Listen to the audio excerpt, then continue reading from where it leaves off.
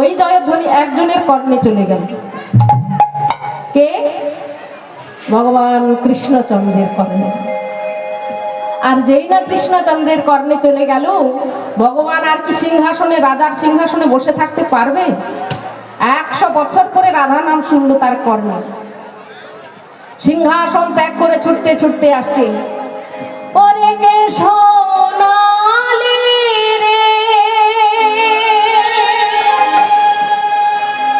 রে রাধা, তোরা কে সোনালি রে, কে সোনালি রে রাধা, কে সোনালি রে, কে সোনালি রে,